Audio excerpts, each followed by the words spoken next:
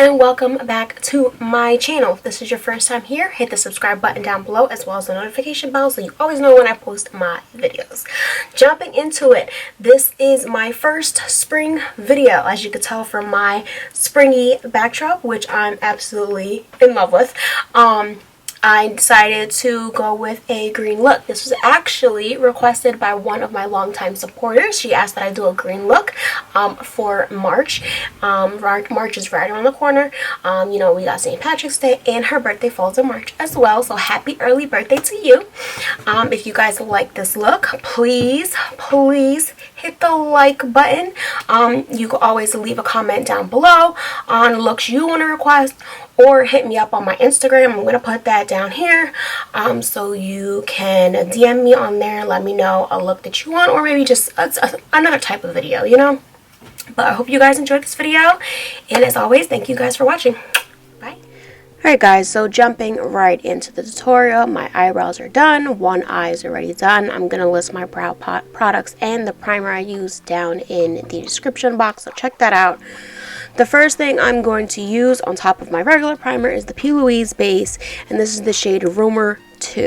So I'm going to go ahead and apply that with this brush right here, which is a Real Techniques brush. I'm going to apply it all over my lid and a little bit in my crease and spread it out evenly. The two palettes I'm going to be going back and forth with today are the BH Cosmetics 80s Remix Dance Palette and the 90s Remix Dance Palette. So going right into the 80s one, I'm going to go ahead and take this green color, which is called Say My Name, and I'm going to put that into my crease, and then I'm going to slowly build it up. And I'm going to keep on adding pigment because it is a little sheer to start, so I'm just going to have to keep on building it up until I like the pigmentation.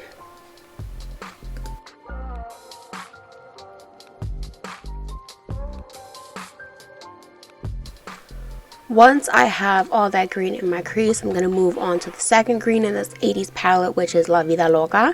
So I'm going to take that and just put it all over my lid. It is a shimmering or a satin finish green. I'm just going to apply that all over. And I'm going to add something on top of this later to really make it pop.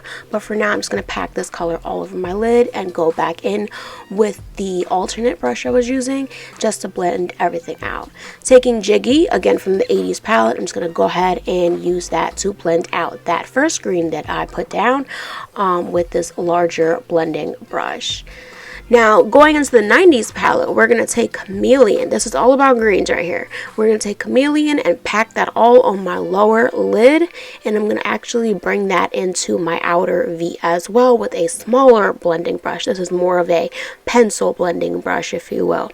So I'm going to pack the color in this area right here. Once I get it to how I like, I'm going to start to pack it on the outside portion of my lid and slowly start to blend that lime green together along with the Chameleon green.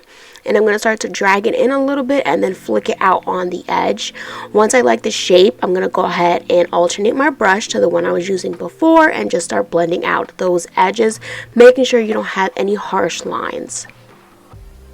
Going in with the Chameleon green again, I'm just going to go ahead and deepen up that outer V right there and then once again blend it out. Now for the sparkle on the lid, I use this Milani color right here. This is like a liquid sort of pigment. It's called Hypnotic Lights and the shade is Electric Forest. I'm going to go ahead and put that on the back of my hand and then apply it to my eye with a concealer brush and then let that dry down. Then I'm going to go back into the 90s palette and take the shade In the Groove, which is the only yellow shade in this palette, and I'm going to apply that to my inner corner. What I should have done is apply a white base to really get this yellow to pop, but I didn't. But if you recreate it, please feel free to use the white base. Now I'm just going to apply my eyeliner, lashes, all that good stuff. So for my waterline, I did use the Rimmel Scandal Eyes nude pencil.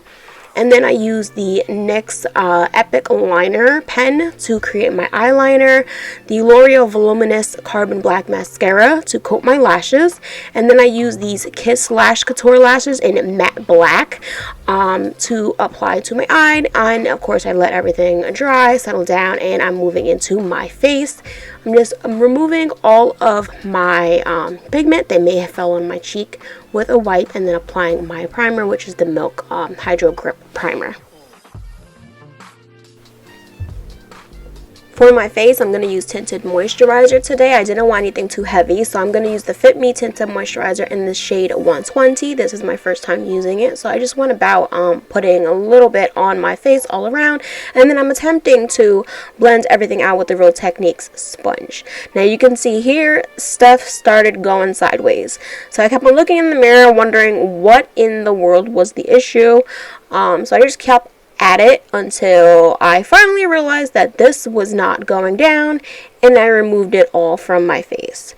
So the issue was the Milk primer actually was gripping onto the tinted moisturizer. It could have been the way I applied it.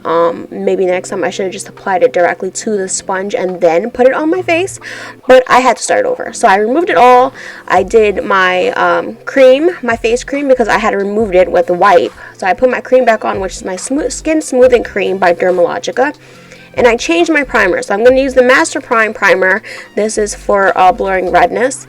And then I'm going to go back in with a tinted moisturizer using the same exact sponge I used before, but this time I applied it directly to the sponge and just blended it on my face, and I did not have the issue again. Now I'm using the Instant Age Rewind Eraser, and I'm just going to apply that in my normal areas. This is my first time using this as well. This concealer is actually not bad. I do like the way it blends it out. I feel like it really gave me a flawless finish. The only flaw was I think I picked up a shade a little too light for me. So I will be having to go back to get a slightly darker shade. And then I'm going to continue blending all of this out, and I will be back. Alright, so I am just going to let you guys know that I did most of my face off camera for the sake of time, and because I feel like foundation routines can be very repetitive, and not all the time you want to see a foundation routine because you already know how to put on foundation, you already know how to put on concealer, your powder, all of that stuff. So I really just wanted to focus on the eyes, the blush, just saying what blush I use, and the lip area. So I kind of rushed through the foundation routine, but I'm just going to tell you guys what I did use. So to prime my face, now you guys already saw that mishap. I will not be doing that concoction again, but I did change it up. So I did use the Master Prime primer. I used the Fit Me tinted moisturizer, which you guys have already seen. I did use the Instant Age Rewind concealer. This is my first time using this. Not too bad so far. We'll see how it holds up throughout the day. I set all of that concealer with my RC No Color powder. So this looks like this. I use this when I want to look extremely flawless. I use this on clients. So RCMA powder, the no color one. So basically it's translucent. So I use that on all the concealer areas. I did contour my face already, and I used every day I use something different. I try to keep on running through my makeup collection to make sure I'm not using everything repetitively. So I am using the Milani Sun-Kissed Silky Matte Bronzing powder. So that just looks like this. Nothing really special about it. So I just use that for the perimeter of my face, my cheekbone area. I hit the under my chin as well. Why can't I remember the jawline? My jawline as well to slim it down a little bit, and I did contour my nose with it as well. And then I went back in with my RCMA powder just to really bring out that contour. So I'm going to let this bake for 5 minutes, but I'm going to dust away all of the other powder because I'm done with that, and move on to blush. Back to the voiceover. So before we get into the blush, I'm just going to go ahead and take that RCMA powder and just hit my face right underneath that contour just to define it just a tad. So I'm just going to go ahead and do that on both sides, and then I'm going to start to blend away the rest of that powder, leaving the nose contour and what I just laid down for right now. Alright, so now I'm ready to dust away the rest of that powder. I'm still going to leave my nose alone. I'm just going to dust away all this powder, make sure everything is nice and blended. I do blend out my jawline a little more later on in the video, so don't worry. I know it looks a little dark right now. So going into blush, I'm going to use this palette right here, which is the Vanilla Peach Truffle palette. And I believe this is by BH Cosmetics. And this orange shade that I'm using, it has super fallout.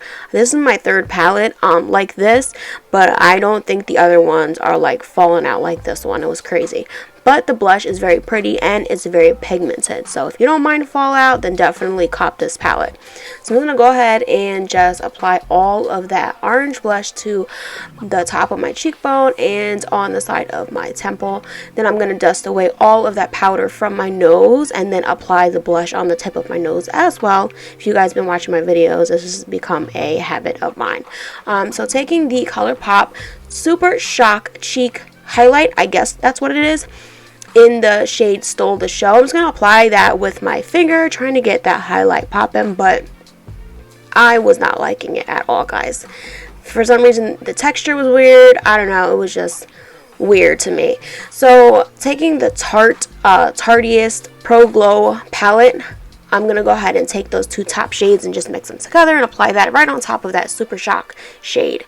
And I'm going to apply it to all the areas I usually highlight, so tops of the cheekbones, above the eyebrows, but like towards the center of the forehead, right where I'm doing it right now, the chin, just a tad, and the tip of my nose, and also my inner corners of my eyes. I did not do under my brow bone today.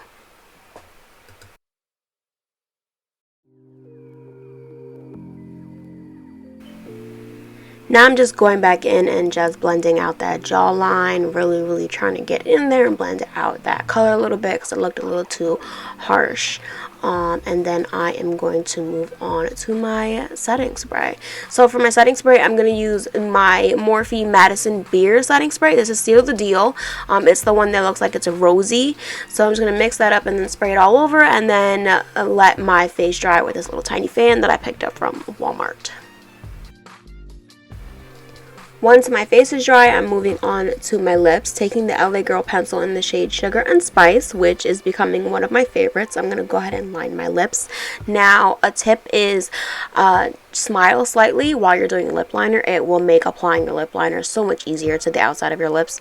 And then once I got the liner how I want, I'm just going to go ahead and fill all of my lip in with the same exact pencil and then just blot my lips together.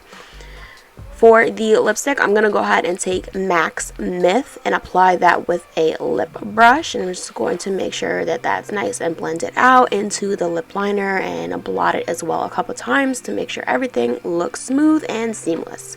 You can definitely leave the lips like this because it does look cute with the eyes, but I wanted gloss. So I'm taking MAC's Tiana Taylor But Ain't Got No Manners, and I'm going to apply that on top. And that's it for the lips. I really like the way it came out, this combo.